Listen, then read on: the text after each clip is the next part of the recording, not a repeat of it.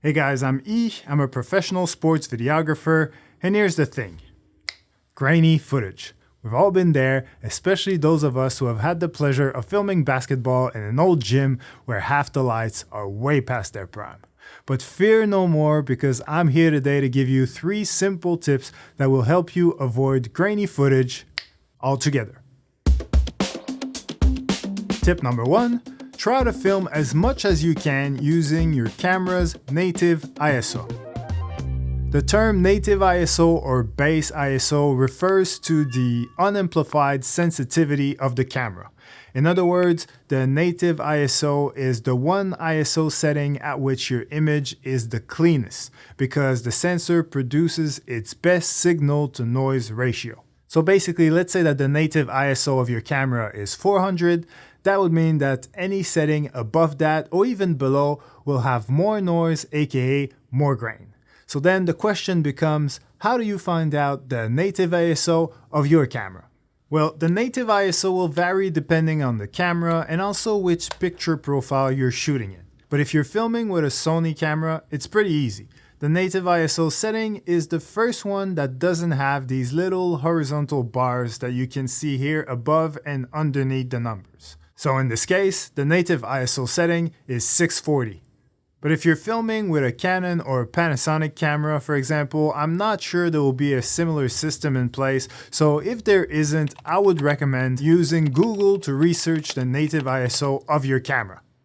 But if you can't find it, the safest bet will be to go with the lowest ISO setting on your camera. But the main thing you do not want to do, no matter what camera you have, is to use auto ISO.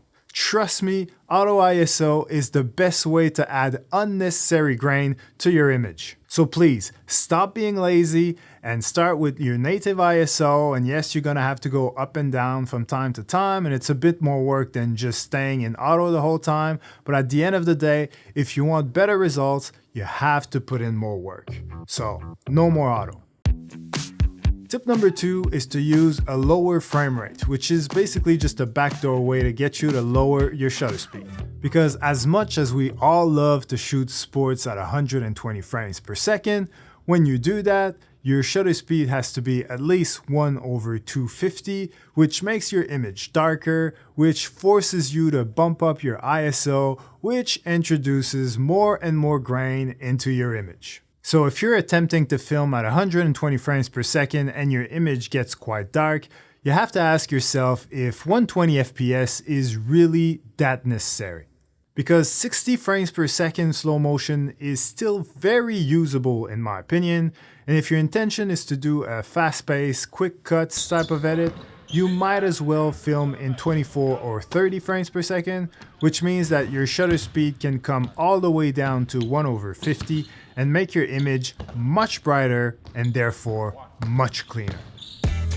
Tip number 3 is the only one that costs money, but also the one with the biggest impact. Tip number 3 is to use a speed booster. A speed booster is an adapter that you place between your camera and your lens to make your APS-C camera feel more like a full-frame camera. It achieves that by making your image slightly wider and also by increasing your maximum aperture. Basically, it lets more light into your camera. So for example, it can turn an f2.8 aperture into an f1.8 aperture, which not only gives you a full extra stop of exposure to play with, but also gives you a much shallower depth of field, which in my opinion is a game changer. Prices vary a lot when it comes to speed boosters, but personally I wouldn't cheap out too much because a bad one could have a really negative impact on your camera's autofocus since it's situated between the camera and the lens. My recommendation would be to look at Metabone's speed boosters, because Metabones were the first ones to start doing this and they've been a leader in this field ever since. One last tip before I go, in post-production, try to avoid zooming into your image by scaling it over 100% of its original size. Because as soon as you go over the 100% mark, that's when you start introducing grain and pixelation in your footage. So if you just go over by a little bit to say 110%, it's probably not going to be that noticeable, but be careful because if you go too far, you could potentially make clean, noise-free footage look like garbage.